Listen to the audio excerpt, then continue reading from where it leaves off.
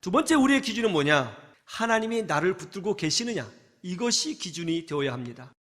나다나엘이 빌립의 전도를 받고 예수님을 찾아왔습니다. 예수님은 나다나엘을 보시자마자 그를 칭찬하시고 축복하셨습니다. 이 사람에게는 간사한 것이 없도다. 참되고 진실한 이스라엘 사람이다.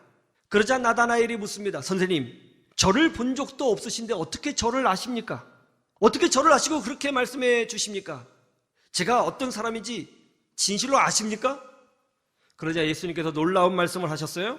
네가 무화과 나무 아래에 있는 것을 내가 보았다. 그러자 충격을 받죠. 여러분, 무화과 나무 아래에 있었다는 것 때문에 왜 나다나엘이 왜 충격을 받습니까?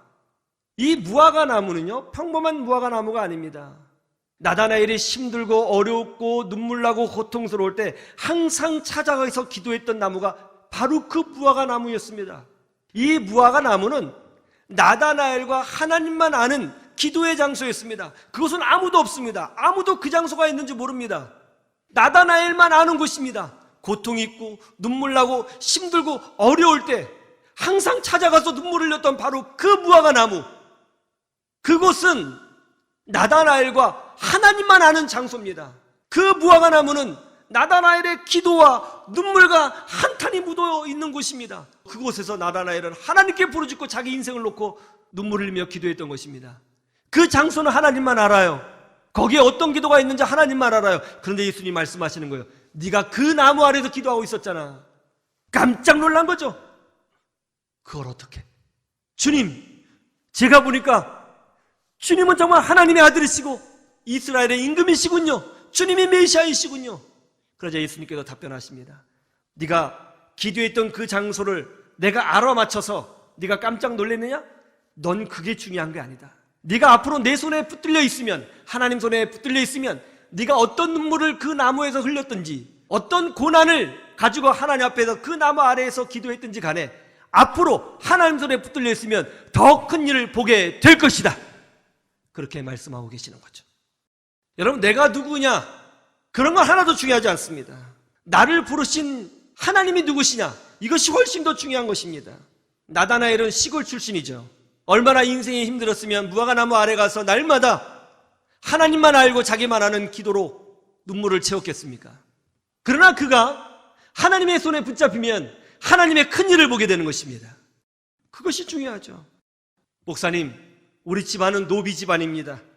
제 인생에 꽃이 필 날이 있겠습니까? 우리 집안은 대대로 배우지도 못하고 머리도 나쁘고 안 될 것 같습니다. 여러분, 전혀 그렇지 않죠. 하나님의 손에 들어가면 그 사람도 하나님의 큰 역사를 보게 될 줄로 믿습니다. 그 사람이 누구냐? 얼마나 능력이 있느냐 없느냐? 그게 중요한 게 아니에요. 하나님 손에 붙들려 있느냐? 이게 우리의 기준이죠. 나는 술집에서 태어났다. 우리 집안은 술 파는 집안이었다. 우리 집안은 남들에게 말하기 너무나 부끄러운 집안이다. 나 같은 사람이 무슨 큰 일을 할 수 있을까? 하나님이 나 같은 사람과 함께 할 수 있을까? 절대로 그렇지 않죠. 가문이 중요하지 않습니다. 집안이 중요하지 않습니다. 출신이 중요하지 않습니다. 그 사람도 하나님 손에 붙들려 있으면 기적을 경험하고 하나님의 큰 일을 보게 되는 줄로 믿습니다. 믿으시기를 주님의 이름으로 축원합니다. 목사님, 우리 집안에는 병력이 있어요. 가족 병력이 있어요. 우리 부모님도 혈관 질환으로 뇌졸중으로 돌아가시고 우리 할아버지도 돌아가시고 저도 그렇게 되는 건 아닐까요? 절대 그렇지 않습니다. 하나님 손에 붙들려 있으면 다른 인생을 살고 하나님의 큰 일을 보게 되는 것입니다. 여러분, 인류 역사 가운데 최고의 설교자가 2명이 있습니다. 가장 탁월한 설교자가 2명이 있어요. 한 분은 누구냐면 1700년 전에 목회자이셨던 크리소스톰이라고 하는 목사님이에요. 크리소스톰. 이 크리소스톰이라는 분은 이름이 아니라 사실은 별명입니다. 별명. 크리소스톰이 별명이에요. 이 크리소스톰 목사님이 얼마나 능력이 많았냐면 길에서 설교를 하면 지나가던 사람들이 그걸 듣고 성령의 감화를 받아 예수님을 영접했다고 그래요. 외치면서 복음을 전하면 수많은 사람들이 그 자리에 엎드려져서 성령의 은혜를 경험했다고 합니다. 얼마나 메시지가 탁월하고 강력했는지 사람들이 그 목사님의 별명을 크리소스톰이라고 붙여줬어요. 그런데 크리소스톰이 무슨 뜻인지 아세요? 황금의 잎이라는 뜻이에요. 황금의 잎. 얼마나 메시지가 강력했으면 별명이 뭐라고요? 황금의 잎. 그 다음에 최고의 설교자는 조지 휘필드 목사님이죠. 이분은 300년 전 영국에서 태어난 분입니다. 조지 휘필드 목사님의 설교가 얼마나 강력했는지, 한 번은 조지 휘필드 목사님이 시장을 방문했다가 성령의 강력한 강권하심으로 말미암아 시장에서 설교를 하게 되었습니다. 여러분, 갑자기 시장에서 설교하면 사람들이 듣겠어요? 미친 사람이라고 생각하지 않겠어요? 그냥 전도하는 사람이라고 생각하지 않겠습니까? 얼마나 많은 사람들이 북적북적거리면서 장사하고 매매를 합니까? 골라 그러는 막 시끄러운 곳에서 목사님이 설교하면 오히려 장사에 방해가 된다고 싫어하지 않겠어요?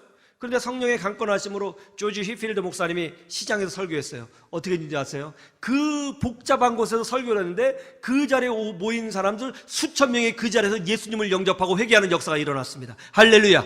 이것이 신문에 나왔어요. 그 당시에도 영국에는 신문이 있었거든요. 신문에 나왔습니다. 조지 휘필드 목사님이 한 번은 런던 광장을 지나가게 되었습니다. 그런데 그때도 성령의 강권하심으로 복음을 전하라고 하는 메시지가 있었어요. 그래서 광장에도 복음을 전했어요. 어떤 일이 벌어진지 아세요? 그 광장에 바쁘게 막 왔다 갔다 하는 사람들이 조지 휘필드 목사님의 설교를 듣고 수만 명이 거기서 예수님을 영접하는 역사가 일어났어요. 할렐루야. 기적이 일어난 거예요. 그래서 최고의 설교가로 인정받는 분이 조지 휘필드 목사님이에요. 나중에 이 조지 휘필드 목사님 때문에 큰 영향을 받아서 요한 웨슬레 목사님이 교단을 하나 만들었는데 그 교단이 바로 감리교단입니다. 감리교. 이 조지 휘필드 목사님, 수많은 목사님들이 이분의 설교를 연구하고 있습니다. 어떻게 이렇게 능력이 있느냐. 근데 여러분, 이 조지 휘필드 목사님, 가장 탁월한 메시지를 선포했던 이 조지 휘필드 목사님이 술집 아들 출신이라는 사실을 여러분 아세요? 조지 휘필드 목사님 어렸을 때 사람들이 술 먹고 싸우는 모습을 보며 자랐습니다. 술 취한 남자들이 자기 엄마에게 추근대는 것을 보면서 자랐습니다. 그런 집안의 아들이었습니다. 그런데 그가 예수 그리스도를 영접하고 하나님의 손에 붙들리니까 은혜가 임하자 인생이 바뀌었습니다. 공부해서 옥스퍼드 대학을 나왔습니다. 그리고 목회자가 돼서 복음을 전하는데 인류 역사 가운데 가장 강력한 목회자로 쓰임을 받게 된 거예요.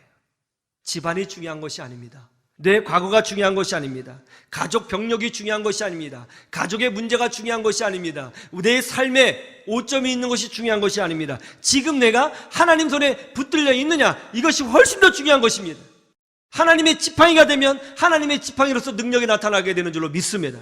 여러분, 우리는 선택을 할 때에 기준이 있어야 됩니다. 하나님 손에 붙들리는 사람이 되기를 소망하며 기도하며 믿음으로 전진하는 사람이 되기를 주님의 이름으로 축원합니다. 이게 중요한 거죠. 나다나엘, 네가 어떤 사람인지 중요하지 않아.